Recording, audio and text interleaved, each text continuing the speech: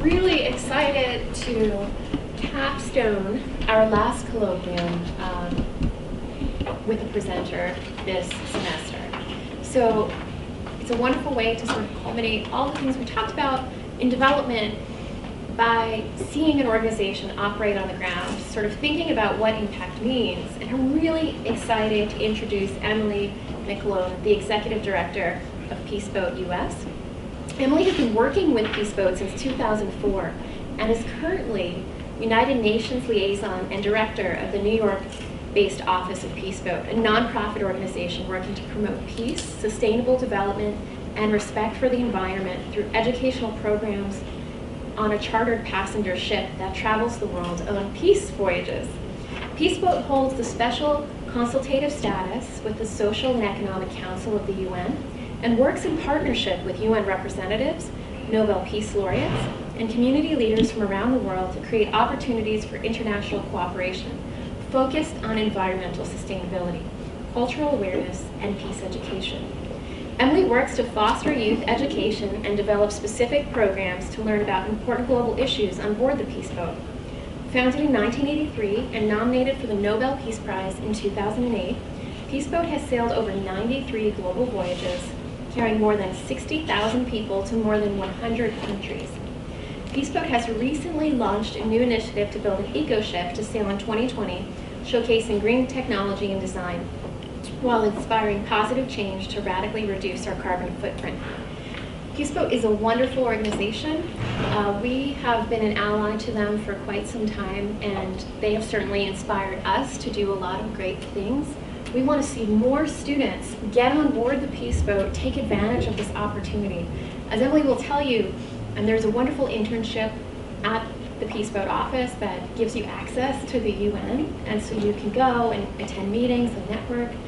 To be on the boat is a truly immersive intercultural experience.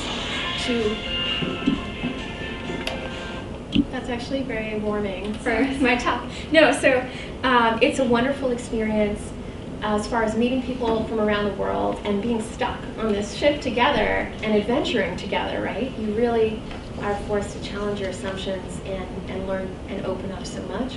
And I'm very happy to say that the Division of Global Affairs is signing an MOU with Peaceboat today, so that here at Rutgers University we'll have the partnership with Peaceboat to encourage our DGA students to go on board to get the internships out at the office, and also hopefully other students from other programs will access the Peaceboat through this partnership. We want to see you guys get on the boat. It's an amazing, amazing experience. I also want to say Emilie was a jet. She was part of the Japanese embassy program in Japan. If some of you are thinking about what to do after your master's degree, this is a great idea. And she also has a background as a DJ, right? So you run parties. She runs an organization called Parties for Peace. And so I want you to think about doing this development work. It's a hustle, and you can be a lot of things. Your career can sort of intersect in many different ways. So Emilie, really delighted to have you. Thank you and welcome. Okay, thank you so much. Not sure if it is useful for me to use the mic, but I know that we're recording, so I'll start out this way. Good morning, everyone. Again, my name is Emilie McGlone, and I just want to say thank you again to Natalie and to Rutgers University and the Division of Global Affairs for having me here today. It's very exciting that we are signing an MOU and starting an official partnership, though Natalie and I have been working together for many years to provide educational opportunities for students from Rutgers University to join the Peaceboat, and also so that I can come here and share some of our opportunities with all of you. So Natalie mentioned that I was a JET. The Japan Exchange and Teaching Program is run by the Ministry of Education in Japan, and I actually graduated from UNC Chapel Hill in North Carolina. I grew up half in California and half in North Carolina and Asheville, and ended up at UNC, where I studied cultural studies, and Latin America was my focus. So I had never really thought about studying Japanese or moving to Asia, but as an international relations and cultural studies major, I thought, wouldn't it be great to do a comparative study and not just focus on my experiences in Latin America, where I had done volunteer work in Mexico and Guatemala. I studied abroad with the School of International Training and went to Chile and South America. And suddenly I found myself applying for the JET program while I was in Chile, and I got the position, and I encourage all of you to research it later if you're interested in going to Asia. It's an amazing program with a lot of support from local communities and also from the government, and they invite you to Japan to teach English as a second language, and most teachers have a little bit of experience teaching, but they take all kinds of teachers from different backgrounds. So even if you don't have the full-on experience in the university, I encourage you to look at the program. So I ended up in Japan teaching English for a couple of years, about 2 years in a mountain town outside of Tokyo. And then I found the Peace Boat. And when I heard about Peace Boat, I thought it was an amazing opportunity. But when I realized that the Peace Boat was started in Japan and then traveled to Latin America, that sparked my interest even more to get on board. So I joined as a Spanish teacher for the first time, and that was in 2004. So I've been with Peace Boat for almost 13 years now, working as international coordinator, then later international director, and now the United Nations liaison in New York City. So I'm really happy to be here with you and to share my experiences, and just to give you an introduction to what Peace Boat is, how we work as an international NGO that is affiliated with the UN, and what opportunities there are for all of you to get involved, because each one of you definitely can do something with Peace Boat if you're interested. So this is our website, which I just have up right here, but peaceboat-us.org is our US website. And I'm going to start with a basic slideshow. First of all, to introduce our ship. Our ship is called the Ocean Dream. It holds about 1,000 people as we travel around the world. And as we mentioned, we do have the consultative status with the Economic and Social Council of the United Nations, which means we're affiliated with the UN, and we are able to participate in all the conferences and the large events that the UN is organizing around the world. Right now, even there's the COP23 conference in Bonn, Germany, and we have a delegation there working on climate action and ocean conservation. And in every major conference related to the United Nations, Peace Boat does aim to participate, because we cover all of the same topics, whether it's environmental sustainability, human rights, the UN Sustainable Development Goals, looking at gender equality, nuclear disarmament, or other issues. We really work in unison with the United Nations. So our trip around the world includes a visit to about 20 different countries on every global voyage. And each global voyage is 3 months long.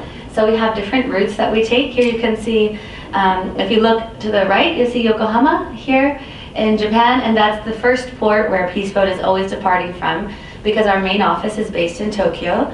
The ship leaves from Japan. Sometimes we follow, for example, this red route here, which is kind of more of a northern route that goes all the way through Asia, up through the Suez Canal, the Mediterranean, then up into the Baltic region, sometimes visiting Sweden or Norway, and then across to Latin America and back to Japan. Other times we take a more southern route, and we'll actually go to South Asia, and then we'll go down here to South Africa, to, for example, Cape Town, and then over to Namibia, and cross the ocean over to Brazil, to Patagonia and Argentina, Chile, and back to Japan that way. So we have different global voyages depending on the time of year, the countries that we're visiting, and the issues that we want to cover on the ship.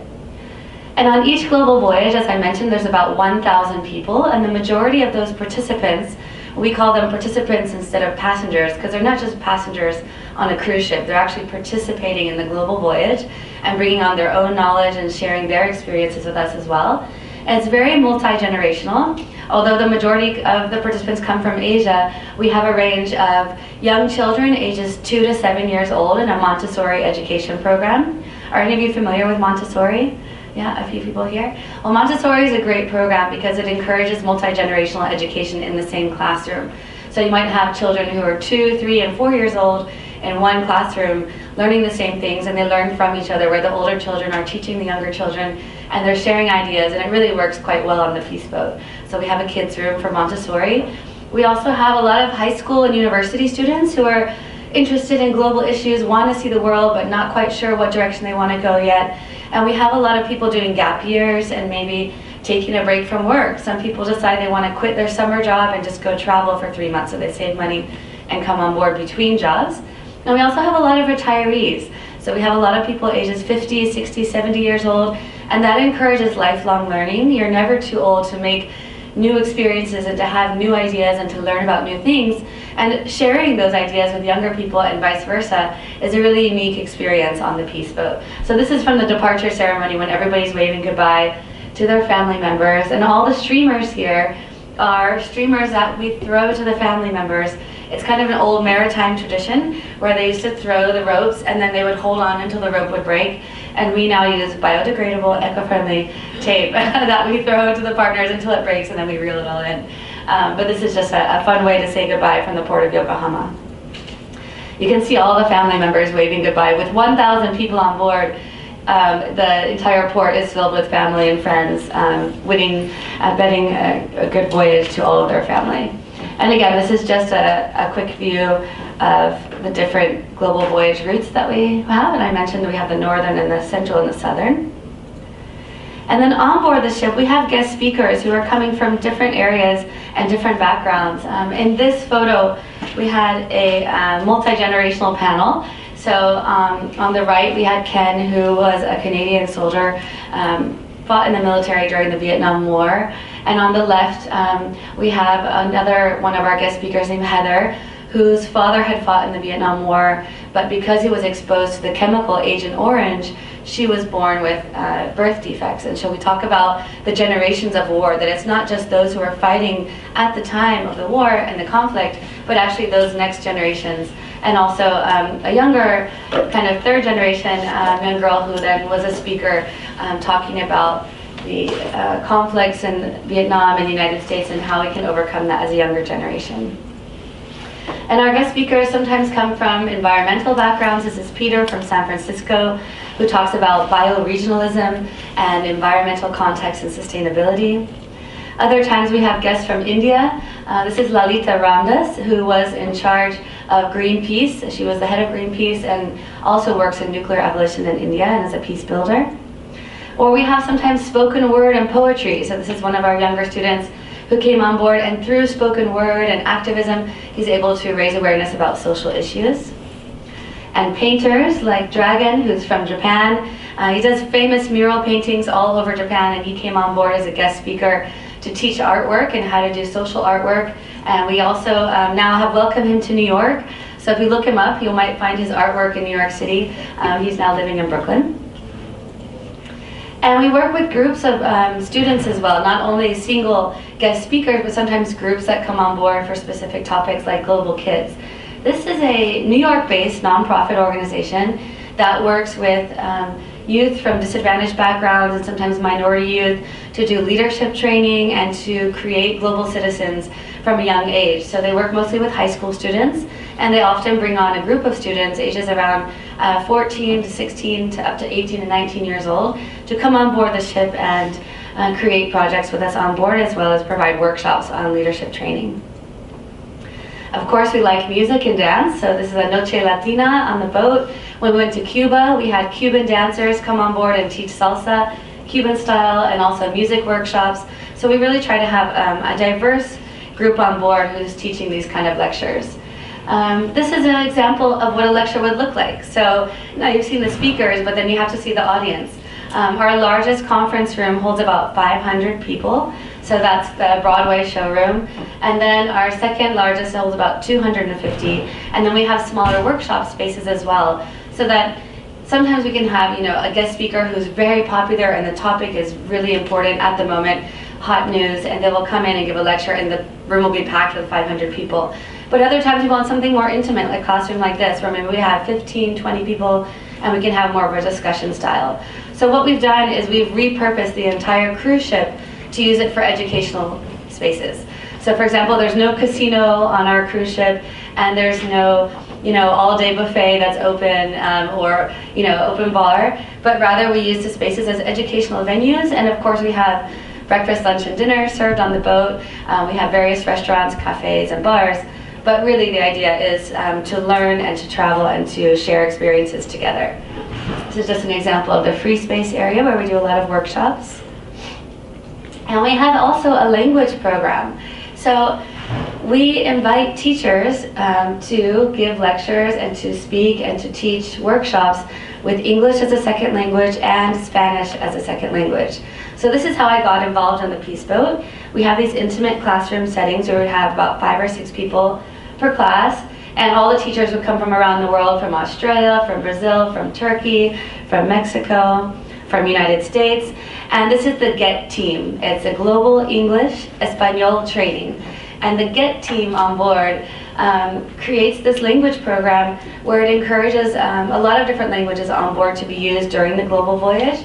And also because a majority of the participants come from Japan or Korea or Singapore, for example, they're learning these languages as a tool for communication while they're traveling around the world. So we call this the Global English Espanol Training, which means global English doesn't have to be perfect. You don't have to be a native speaker of English to teach English.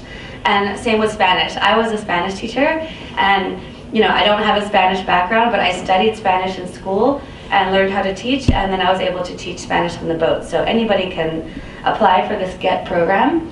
And I encourage you all to look at our website later, which I'll show you how you can apply, because the applications are all online, and anybody can apply, and then you can travel the world for free as a volunteer, visiting 20 countries, and of course you're teaching every day, and you're kind of a volunteer staff of Peace Boat. So you get to be involved in the programming, you get to meet a lot of the guest speakers and take advantage of all the programs on board while you're volunteering. So I really recommend checking out the GET program if you want to volunteer on board. And this is just quickly to flip through a few small photos of our spaces on board, but the bedrooms that we have, they range from 2-person rooms to 4-person rooms. We have pools and jacuzzis and restaurants on board, so you can wake up having breakfast overlooking the ocean. It's my favorite time to go outside because that's when you see the most wildlife. If you like scuba diving or snorkeling or marine life in general, you might wake up at 7 a.m. before your class that you have to teach in the morning at 8:15, and maybe you'll see dolphins or whales in the horizon. So it's a really fun way to enjoy the natural blue planet that we live on. And of course, sunsets on the boat are always beautiful too. So every night you can enjoy a sunset and go outside. And we try to organize our global voyages so that you're enjoying warm weather when you're traveling. So during the winter, we're traveling south to South America where it's summertime. And during our spring and summer, we're traveling usually north to Europe and the Mediterranean. And we also like to use the outdoor patio space for guest speakers lectures. This is one of my favorite guest speakers on the right. His name is Gabriel Tetiarahi. He's from Tahiti. He's an indigenous leader, and he actually witnessed the nuclear testing from France in Tahiti on the islands when he was about 14 years old, a young man.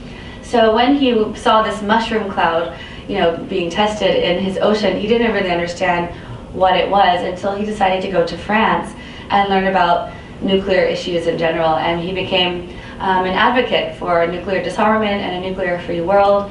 And as an indigenous leader, he would then teach indigenous culture and organic farming and agriculture to those of us who would visit Tahiti. So he enjoys doing his lectures outside barefoot on the deck, and Gabby is one of our guest speakers that we often invite on board when we're going to Easter Island in Chile over to Tahiti.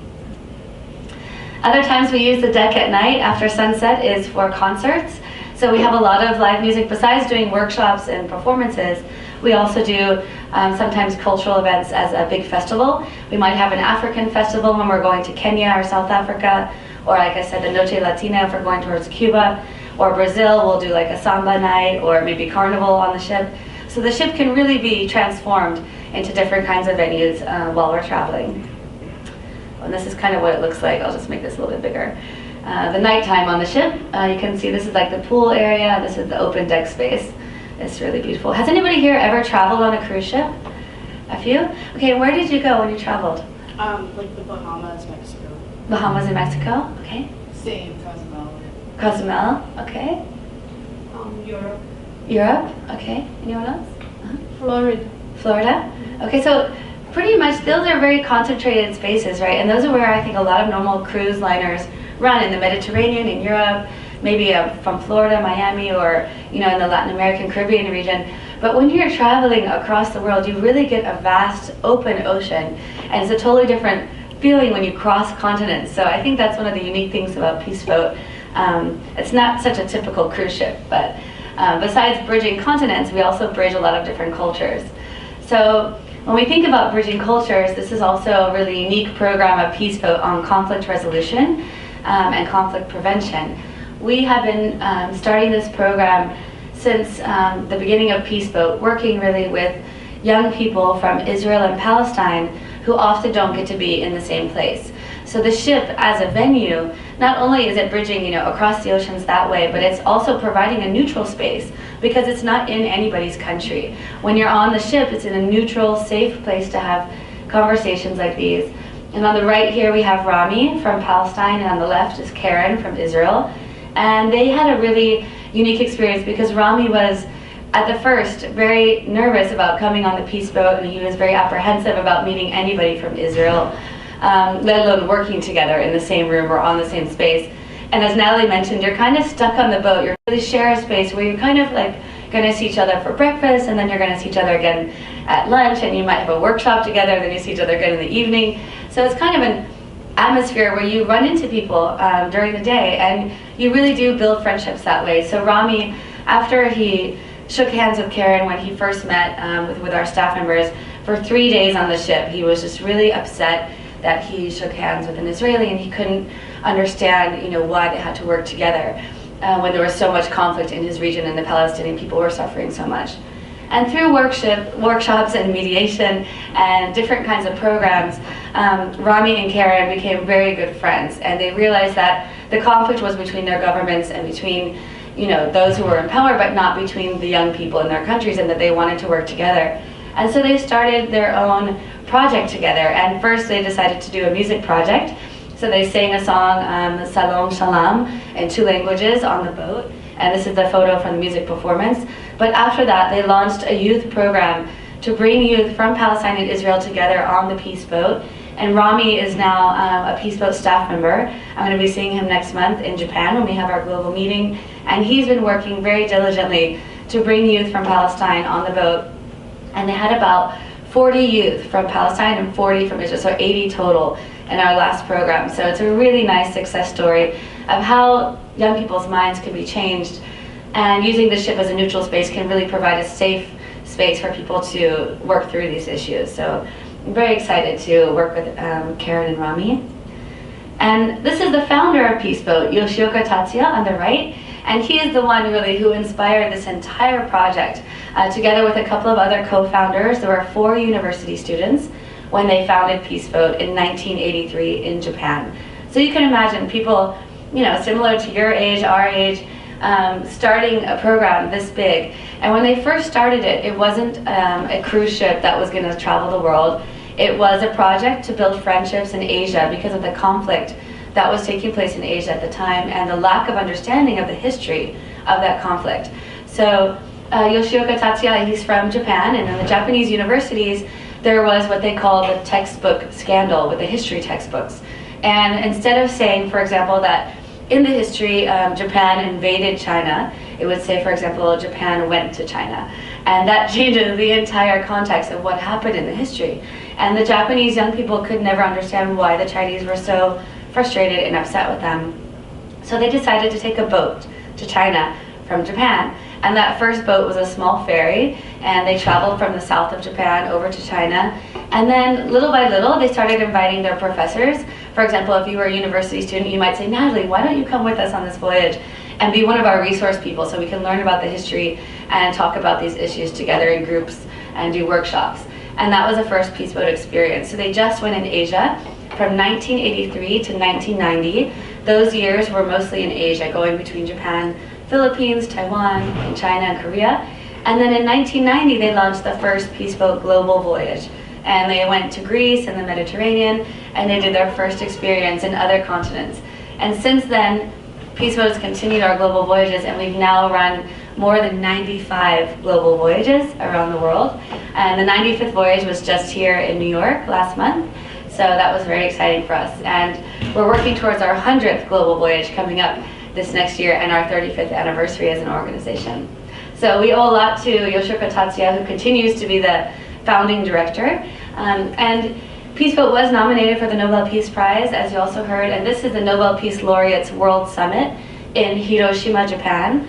And a lot of our work in Hiroshima is, of course, for nuclear abolition, as Japan is one of the only countries to suffer not once, but twice from a nuclear attack from the United States, which right now, unfortunately, seems to be, yet again, another issue in global politics that should not be, on the table for discussion. Nuclear weapons obviously are not the answer. And so here we were launching our project for a nuclear weapon-free zone in the Middle East. And that was a program that a lot of the Nobel Peace Laureates then supported with us. So Peace Boat, as we worked together with United Nations, we decided to use our ship as also a venue for promoting that partnership. Maybe one day we're going to have Rutgers University painted on the side of our ship. But this is the Millennium Campaign that we were running together with the United Nations. And so in 2015 they had the End Poverty campaign. And now we have a new logo on our ship, which is the Global Goals logo, which I'll be showing you in a little bit. But with the United Nations, we've done so many different programs. This is the headquarters here in New York, where we entered with a actual taiko performance from Japan to promote peace and to kind of get everyone's attention that we were getting ready to give a strong message at the UN. But this is what it looks like inside the United Nations. Have any of you ever been to the UN here? A couple? Okay, and did you go on a tour? Did you get to see the entire inside? And what did you think? Were there any impressions from anybody here who went to the UN? Feel free to share. I think it's a great place. A good place for discussion? It's a big place for discussion, right? Mm-hmm. Even though there are a lot of problems. I mean, we went recently, 2, 3, 4 weeks ago. Uh-huh. The day And, Right. yeah. I mean, there is a lot of criticism from people, both inside the UN and from the outside. But I think that's taking a very simplistic understanding without really appreciating the limitations and the strengths of the UN, what it can do, what it cannot do. Sure. For me, I think it's a great place. So I believe in the power of ideas, and because of that, we have this place. There are a lot of problems that the UN has not been able to solve, but there are many other problems that the UN has been able to work on and improve. So Exactly, and that's the challenge, right? Is there's so many global issues, and to have everybody come together, over 192 countries being part of the United Nations, coming together and making these global decisions is not an easy task. And like you said, a lot of people are saying, oh, there's a lot of problems that the UN can solve, but the UN doesn't solve problems on their own. It's not just like a president of a country who makes the law. It has to have consensus of all the countries.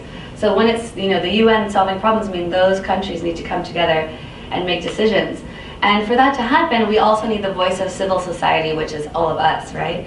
So in order to do that, Peace Boat, we use our consultative status with the Economic and Social Council of the UN to participate in these conferences and to bring the voice of civil society into different areas such as nuclear disarmament or indigenous peoples' issues or conflict prevention. And by bringing civil society in, we hope to influence then those who are making the decisions. So it's kind of a give and take situation, but it is a really big venue, for these kind of discussions. And we hope that through Peace Boat as well, for those of you who are interested, you'll get a chance to work more closely with the UN. And as I mentioned also, apart from just participating here in the UN office in New York, we also join conferences outside, like the COP23 in Germany right now. And this is the Rio Plus 20 conference, which took place in Rio de Janeiro, Brazil. And here we have 4 representatives from Peace Boat and also from Fukushima, Japan. Have you heard the word Fukushima? I'm hoping that all of you have, right? So Fukushima, Japan is a place that suffered the nuclear disaster after the earthquake and tsunami in 2011. And this nuclear power plant disaster continues to leak nuclear radiation into the air, into the water, and the soil. And these are the residents from that community who were evacuated from their hometowns. The basic evacuation zone was set to 70 kilometers all around the center of where the nuclear disaster took place. And those family members still have not been able to really return to their homes. So can you imagine having to evacuate and leave your home? No one's going to be buying your property. How do you have money to buy a new house if you can't sell your old house? Or what happens to all the farmers who have their farmland there, and the cows and the grass and all of the green tea farms and everything that was growing in that area? Was a very agriculturally rich area, is now abandoned. So we went to the United Nations, and you know that the Rio Plus 20 was a UN conference on sustainable development. So our biggest call was that nuclear energy is not sustainable, because when there's a nuclear accident, you have to think about the generations to come. What are the effects? So this was our call for a nuclear-free world when we went to the United Nations Conference on Sustainable Development. And we also partner with the UN and other international groups to provide humanitarian disaster relief and also aid to those countries. So working together, we use the ship not only as a venue to carry people and ideas, but also donations.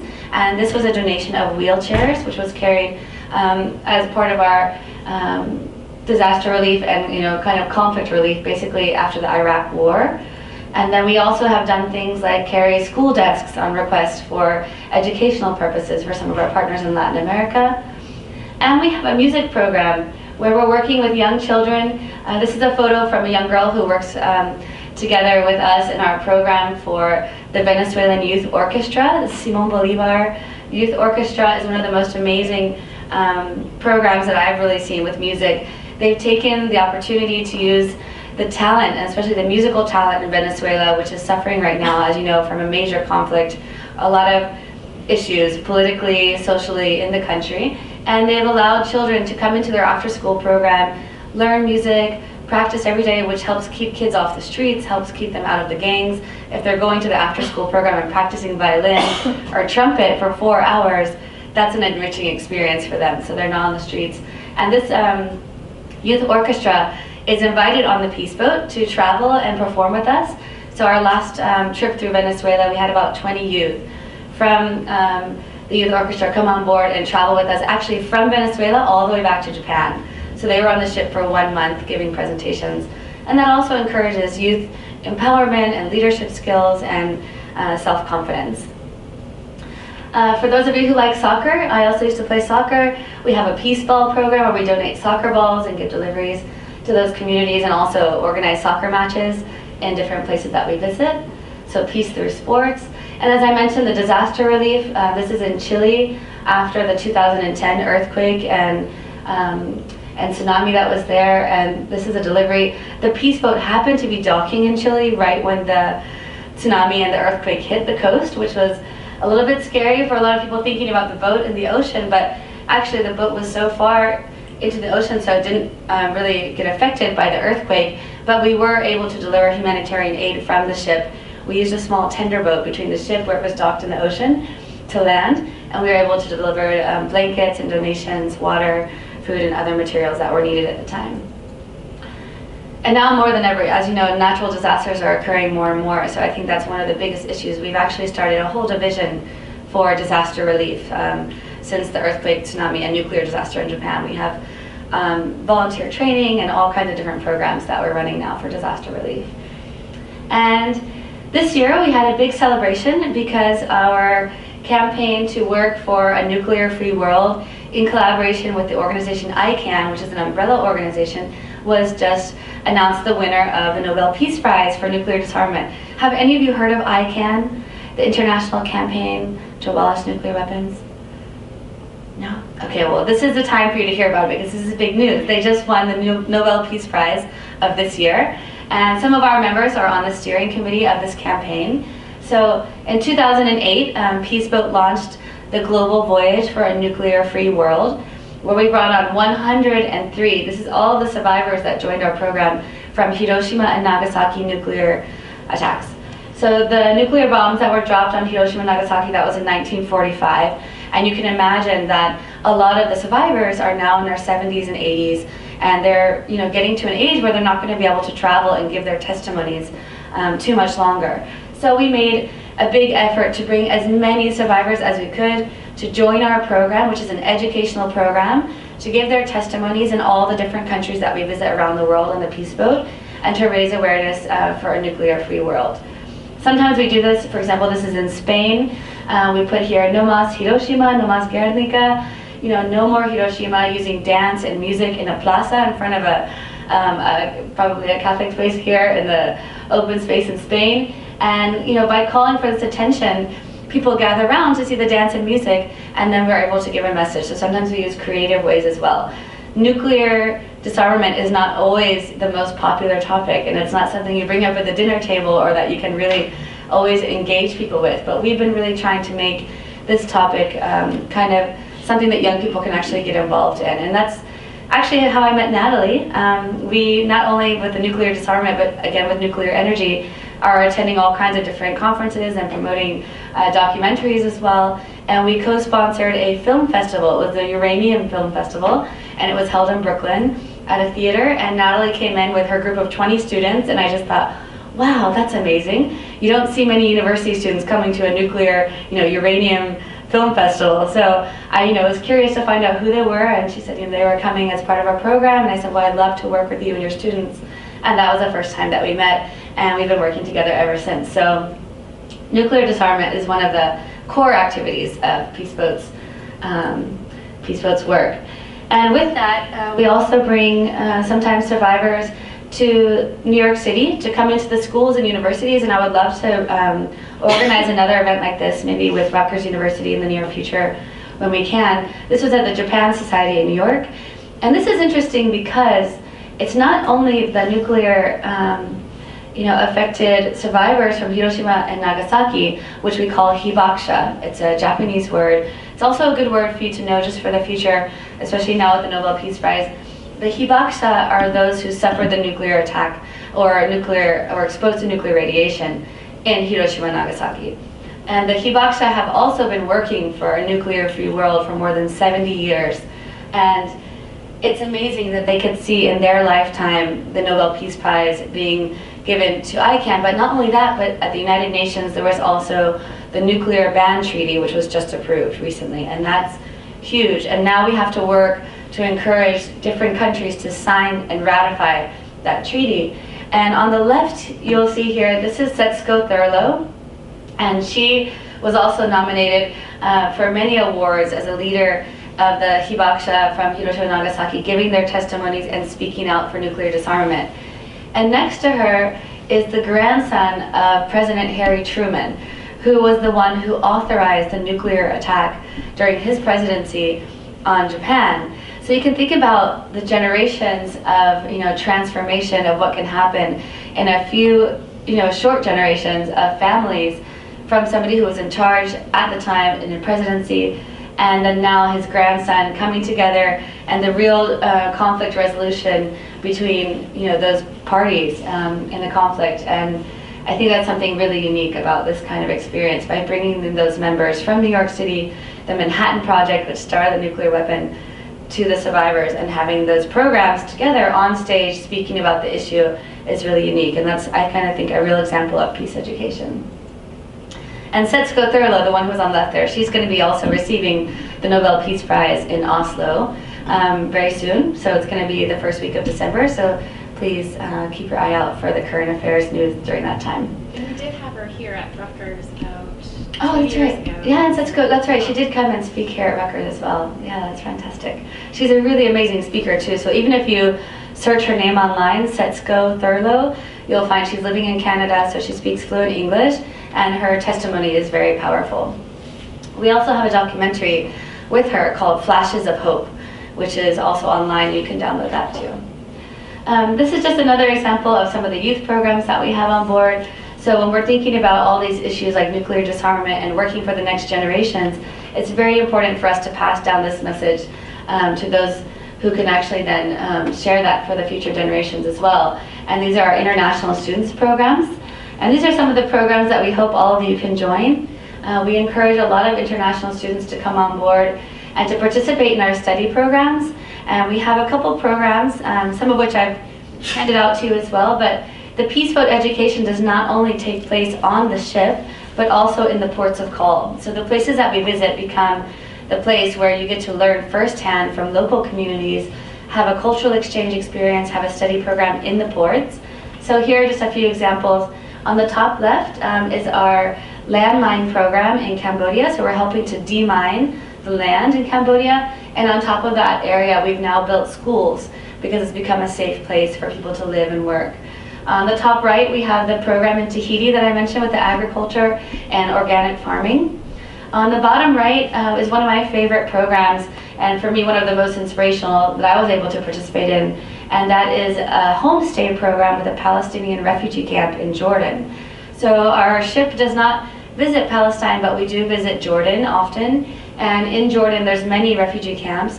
And a lot of time you have the image of a refugee camp as maybe tents and people handing out water or food and kind of a makeshift community. But these refugee camps in Jordan have been there for so many years since the conflict started that there are houses and schools and communities. So we're able to do a homestay program. We divide up with different students in different houses, usually groups of 2 or 3, and we're able to spend the night with the families and learn more about their daily lives. And it was a really unique experience for us.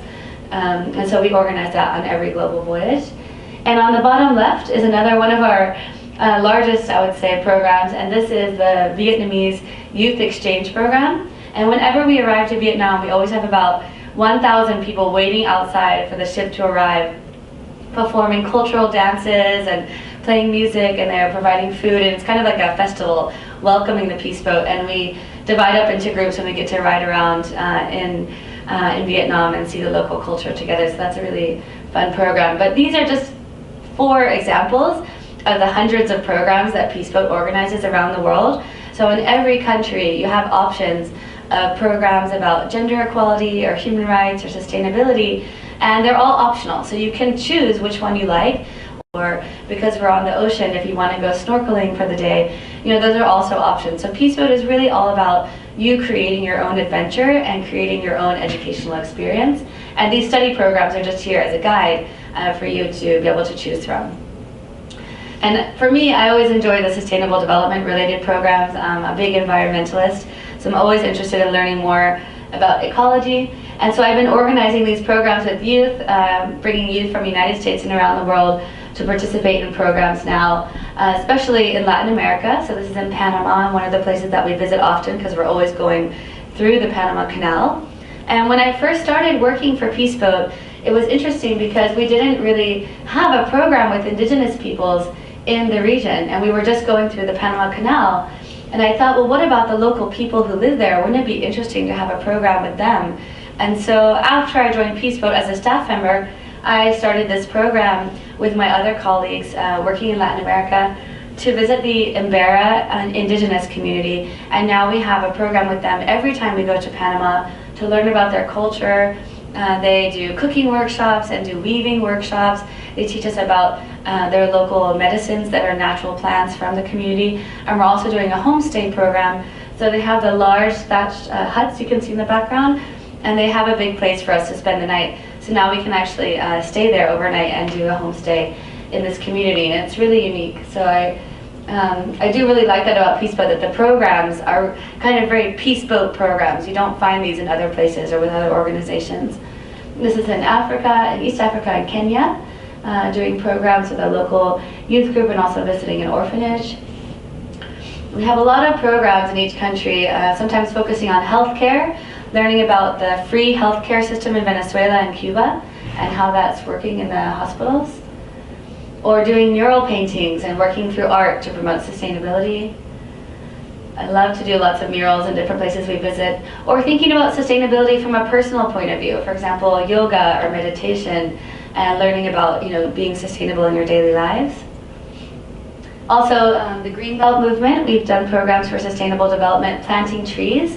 The Greenbelt movement was started in Kenya by the late Nobel Peace Laureate Wangari Maathai, and she was an amazing inspirational speaker who started this movement to plant trees in East Africa, and it spread as literally a green belt across Africa, creating these different areas where they planted trees. And it wasn't just planting trees for sustainable development, environmental reasons. It was also providing social activities for the community to do together. And then it would provide timber from the trees that became larger to use for building materials. And it also provided fruit trees, and so food supply. And so the Greenbelt movement became much larger than just an environmental movement. It was really a peace movement as well. And we work very closely with them also to do programs. And another one of my favorite environmental studies programs was in Patagonia, in Argentina, and Chile. As I mentioned earlier, I studied abroad in Chile, and I had gone to Patagonia when I was younger, and I thought, wouldn't it be amazing to go back by ship from the other side? Instead of hiking on land and doing a 10-day hike with a backpack, you could travel by ship and see the glaciers and the mountains. And so we brought on a group of youth from Argentina, Chile, and Uruguay. It's kind of our environmental youth, and they did a demonstration to protect the nature in Patagonia. Excuse me. So Patagonia has actually not been named yet a World Heritage Site by UNESCO, but it's got the most pristine resources in the world and fresh water from the glaciers. And because of that, a lot of multinational corporations have been wanting to go in. This is what it looks like sailing through. And they want to take advantage of all of these beautiful glaciers back here. And the glaciers are already in danger of melting due to climate change. So you can see here, even where pieces of glacier would break off from the larger pieces here and they become floating icebergs. But then if multinational corporations come in and take advantage of those water resources, it's really going to appropriate that and the local people won't have access. So we've been working together with nonprofit organizations, environmental NGOs in Chile to protect the nature in Patagonia and name it a World Heritage Site. So if you do join the Peace Boat, my favorite voyage and the one I love the most is going in the southern region, South Africa and South America, because you get to travel to places like this. It's the closest land to Antarctica. And it's beautiful to travel by ship when you get to see nature like this. It's really unique. This is another environmental campaign, Save the Dugong, which is a word for manatee. This was during the COP10.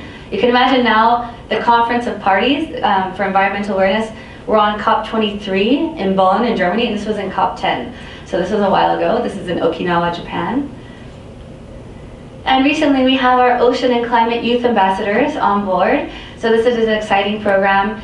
You can see here it says COP23 Fiji. That's because Fiji is kind of the head of this COP23 conference that's taking place in Germany. And here we have youth from 7 different small island developing states. And the issue with the small island developing states right now is climate change is affecting their islands in a severe way because the rising sea level is actually going to rise above the level of their islands, which means that their islands are in danger of going underwater, and this will create climate refugees for these youth. They might not have a place to live in the near future. So we had 1 youth from 7 different small island developing states come on board and give their testimony and talk about why this is such an important issue, and they're working towards ocean and climate action. And some of the youth that come on board come from other countries, not only those countries where we have different issues that are related to climate or conflict resolution, but a lot of our teachers and volunteers come from, as I mentioned, Australia, United States, Canada, and around the world. So we have quite a diverse group on board, and you really get to learn about everyone's realities from their home countries. And as we travel, we're using all these experiences now to really focus on the Sustainable Development Goals. So one of the newest programs from the United Nations, I would say, is the youth empowerment through the Sustainable Development Goals. And this is something Peace Boat's working very closely with. And we've created programs now visiting different areas of the world where we already had programs with Peace Boat, and then going back and relating it all to the 17 Sustainable Development Goals. Are you guys familiar with the SDGs? Yeah? So all of those 17 goals are related to our work. And here we have number 4 for gender equality. For example, working with fair trade programs with indigenous communities.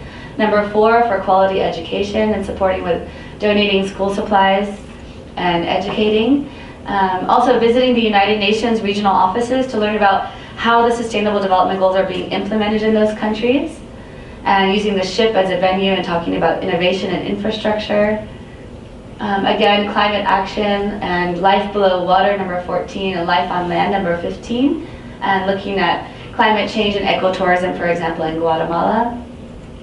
And this summer we'll be going to Costa Rica, so I'll be telling you a little bit more about our program for the SDGs for the spring and summer. But these are a few examples from different programs that we've held last summer and the summer before. And each youth that we invite in our program, last year we had 1 university student, Rowan Tatai, if you know Rowan.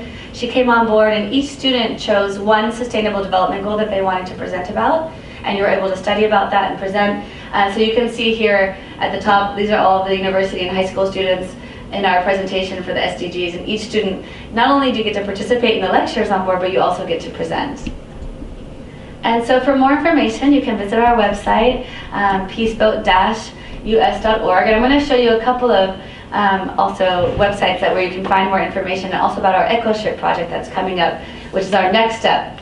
And I wanted to also announce that we have a scholarship, which we just launched the past year. And it's a scholarship for the Sustainable Development Goals.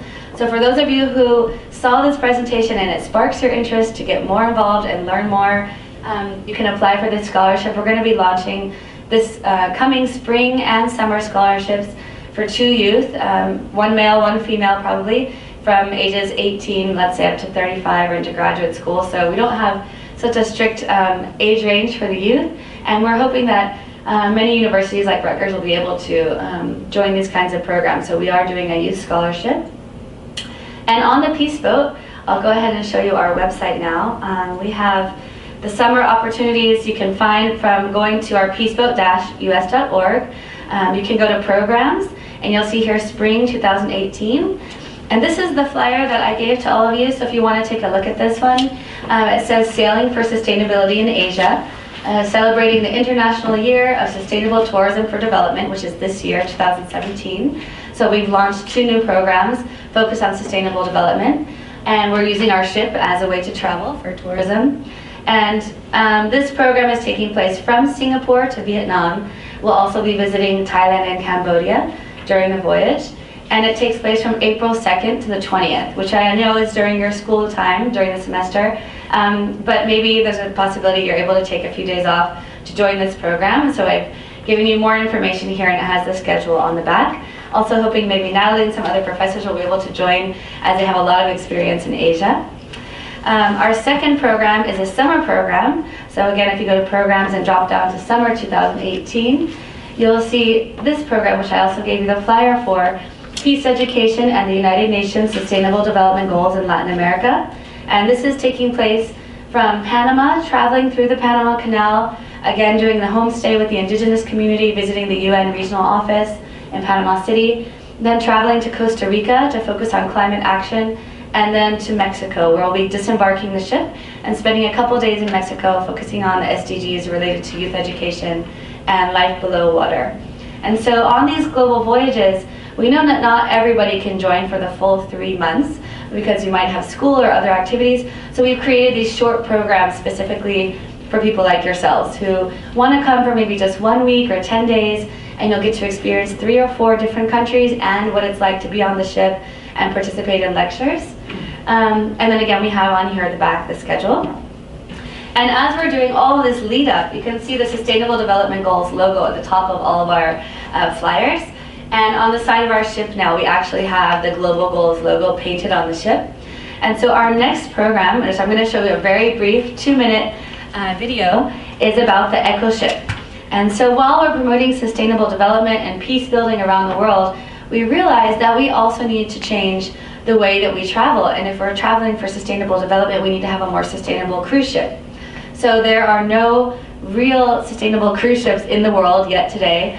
We do the best we can with the practices that we have on board and the way that we work and what we teach.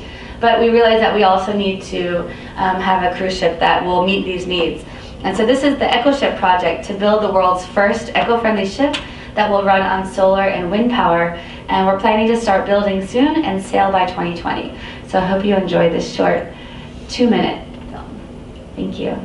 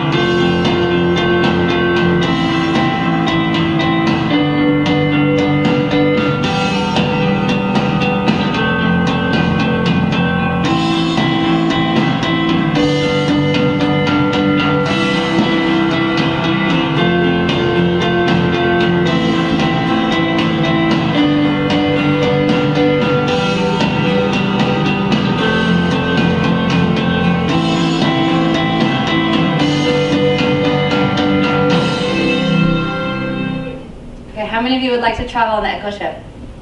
Yeah, okay, cool, me too. So that's the Peace Boat and the Echo ship. Yes, thank you for listening.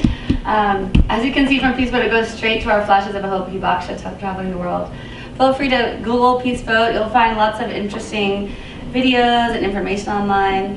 I think that in the next few years, we're going to have a big shift in the work, that we're doing with Peace Boat as we work towards our Echo Ship project. As I said, it's meant to launch in 2020. So you're going to be seeing, I think, a lot of information about Peace Boat in the news, hopefully here at Rutgers and also in New York as we have our office in the United Nations Plaza. And just to throw out one last thing before we do Q&A, I guess, is to invite all of you to apply for our internship.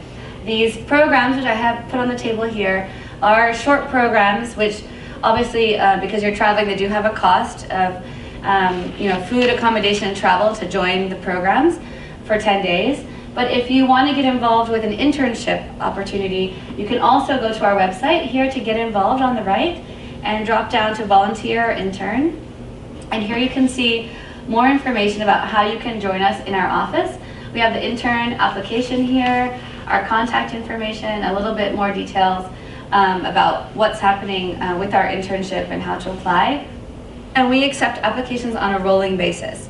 So anytime during the year, you can just email us and write to us and say, for the next 3 months, I'm really looking for an internship, or the next 6 months. We're very open to short-term and long-term internships. And all of our interns, as we mentioned, do get a pass to the United Nations, so you can join all the conferences and workshops taking place in New York. So thank you once again for your attention. And I guess we have a little bit of time for Q&A. I'm not sure how much time, or we can take a few. But 20 minutes. 20 minutes? Okay, great. Thank you. We can start here. I think I must say that it is truly impressive, all the presentations. And I would be on the boat tomorrow if I don't have the visa and financial restrictions, which are the only restrictions. But I recently worked with the Borden Project for 3 months, and I covered, I think, 15 to 20 countries from my home. I was doing research from Asia to Europe to Africa, and on issues of conflict and development and culture. So it was truly enjoyable, and going on the boat and visiting these countries and having cultural experiences, real cultural experiences with people, is just truly amazing. So that's just a comment. And I think I have a question. So what are the guidelines for us to get involved? Is it you apply and is it competitive, or if you have the money and the interest, you can just be in there? Sure. So there's different, application procedures for each program. If you're joining the internship program, you can just apply, and that email goes to the Peace Boat office, and we have a brief interview process. It's a 1-page application form, very simple. It's mostly contact information and what your interests are. Because we work on so many issues, whether environment or human rights or gender, etc., you can choose your area of interest or what you want to work on. And then, of course, we have a lot of things that we need your help with in the office, so you get the hands-on NGO work. If you join as a volunteer on the boat, so if you go to the Get Involved and then you're coming on board, when you look at those applications, it's a little bit more in-depth, so you can find all the info and the preparation documents about going on board. Of course, visas are an issue, as you mentioned. But we help with that visa process, and we do provide a letter and the itinerary of your voyage and everything that you would need to apply for your visas. Of course, you have to apply for your own visas, so depending which country you come from, it could be taking more time. And then if you join as just a participant in these kind of programs, the flyers that I gave out, this is a paid experience, so you pay for the summer experience, you join the program, and there's no application rather than just sending in your passport copy and your 1-page form with your contact details. So either way, I would encourage you to apply for any of the positions. And if you want to do a combination of an internship, for example, a summer internship, and join the program on the ship, you can gain a discount with your internship hours. We have a log where you log in all your hours every day that you come in. Typically, our interns are in the office on Tuesdays and Thursdays from 11 a.m. to 5 p.m.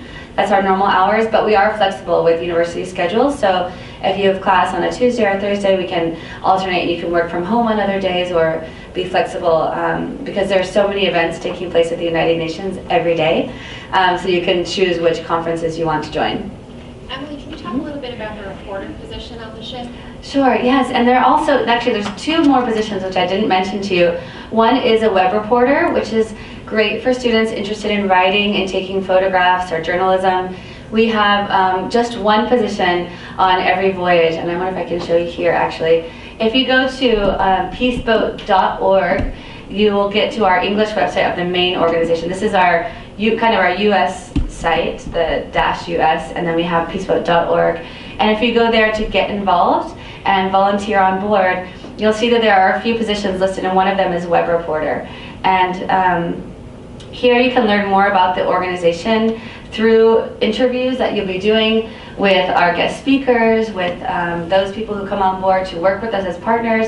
You get to write articles about all the places that we visit, and the application's all here online. So you can read it here. This is for our next 96th Oceania voyage. It has a position description and how does it work, requirements for being a strong writer, for example, and having photography skills. And that's kind of very specific to that program. We also have an interpreter position, which I didn't mention earlier, which is apart from the GET program, which are the language teachers in English and Spanish. We also have interpreters who translate between Japanese, Chinese, Korean, English, and Spanish. So if you are fluent in any of those languages and you're interested in translating, because a lot of our participants are coming from Asia, we need translators between guest speakers or people like myself, maybe into Chinese or Korean. And so there's a lot of languages being used on the boat, and you can apply as well. So the English teacher, Spanish teacher, web reporter, and the translator position all receive a full free voyage around the world by volunteering your time and talent with us for 3 months. And you do have to join the full 3 months as a volunteer because we need you and you're part of our team. So we include you as a volunteer staff on board. Any other questions about Peaceboat or the voyage or the ship experiences? So Emily, last week we talked a little bit about some of the challenges with development in general, and sometimes also some of the challenges with voluntourism. So I'm curious, how does Peaceboat focus on impact when you're doing the short-term exchanges? Sure, and that is a big issue these days with so many people traveling the world and with internet, connecting us more than ever. Voluntourism can have a positive and sometimes a negative impact on local communities and also on those people traveling to those places, depending on how the program is organized. As I mentioned, Peaceboat has been running for more than almost 35 years, so we have a lot of experience with our partners in each country, which helps. And the fact that the ship is going back to the same countries at least once a year, northern, central, and southern, by keeping those relationships going, it does help to build understanding and confidence with those local communities that we work with. And then also, we try to prepare the participants on board by having a pre-lecture to each program that we have. So for example, if we're arriving in Panama tomorrow and we're going to do the Indigenous Community Homestay Program, I might organize a pre-session where we get together, we look at photos, we kind of get ourselves ready to join the program and to understand what it means to be in a local community. For example, you might not want to have your cameras hanging around your neck and running up and taking photos everywhere because it's an exciting and beautiful place, but maybe to greet people first and meet them, and then later you can ask if you can take their photo. Simple things like local communities rather than just going there as a tourist and visiting. We try to mix a little bit of both, ecotourism, but being respectful of the communities that we visit, and also doing things together, giving back. For example, in the Indigenous community that I showed you, one of the thatched roofs huts, that was a house burned down. They had actually 4 community buildings burned down in the past couple of months. So when we did the homestay program, we also did some volunteer work and helped to rebuild some of the foundation of the homes, or maybe by bringing some school supplies to the community that we're visiting.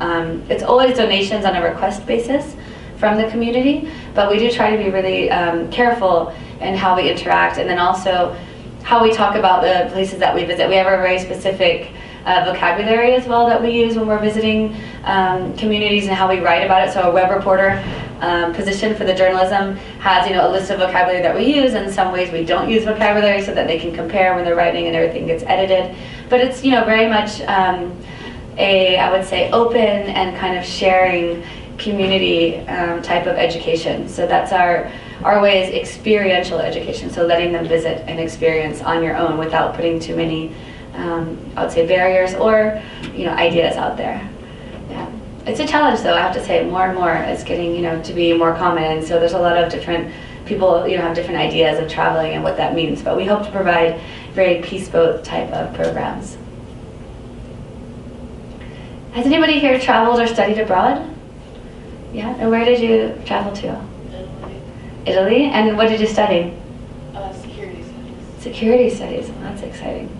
And have you ever thought about doing something like this? You've been on a ship before too. I have thought of doing something like this. This is amazing.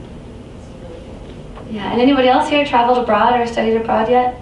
And where did you study? I went to Geneva. Geneva? Switzerland.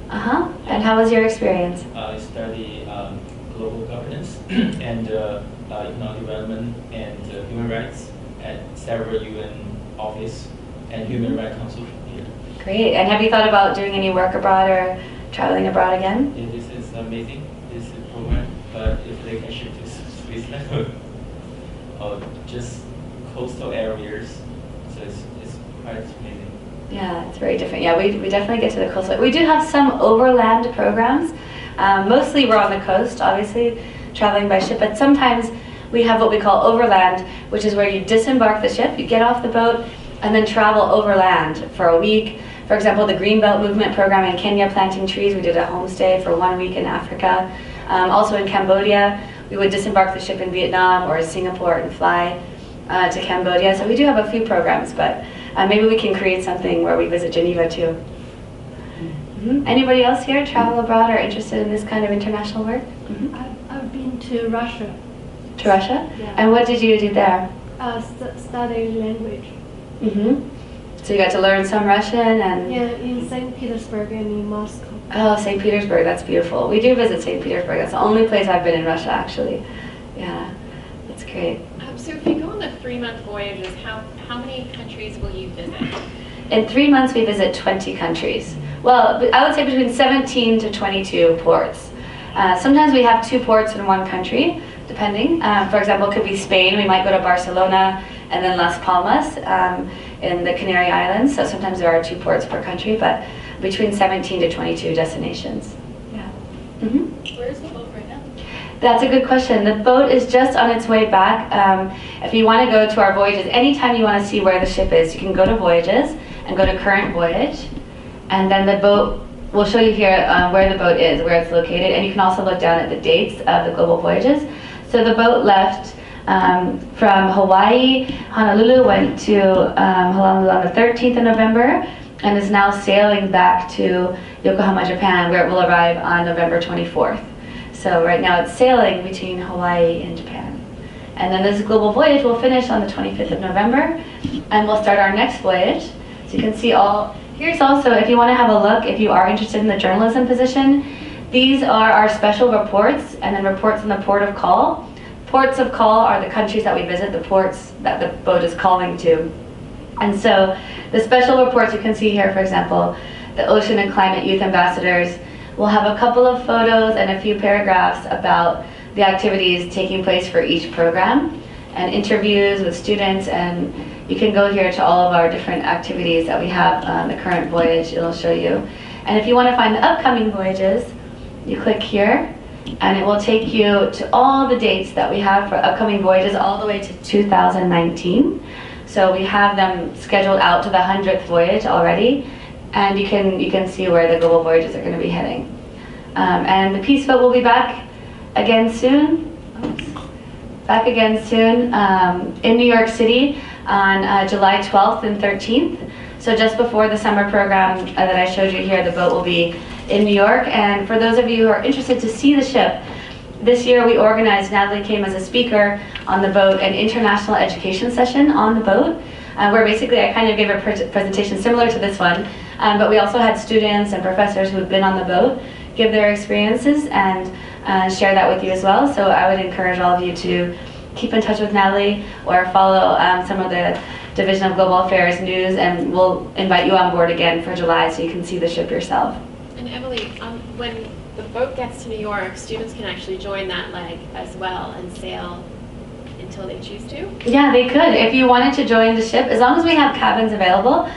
This program takes place right after that. So we're having the ship dock in New York on the 12th and 13th of July, and then we're going to actually be doing a little bit of preparation in New York and flying to Panama to join the Latin American section. But you could also join the ship when it comes to New York as an option. As long as we have the cabins available, you can kind of jump on and off the boat during any global voyage. And anybody's welcome to join Peace Boat. You know, there's not really a kind of person that joins. You know, we have young people, as I mentioned, older generations, and people from all backgrounds, many countries, people who just want to travel and learn. Some people are activists already and very involved in many issues, and some people are students, and some people just have never been on a cruise ship and want to see the world. So it's a great opportunity to meet all kinds of different people. Any other last question? Thanks so much for coming in. Okay, thank you. If you guys have any questions, Emilie will be here for a few minutes, but take advantage of this. DGA is going to have this opportunity. We're really excited to be partnering with Peace Boat and to get you guys out on the high seas. So thanks again, Emilie. Yeah, thank you.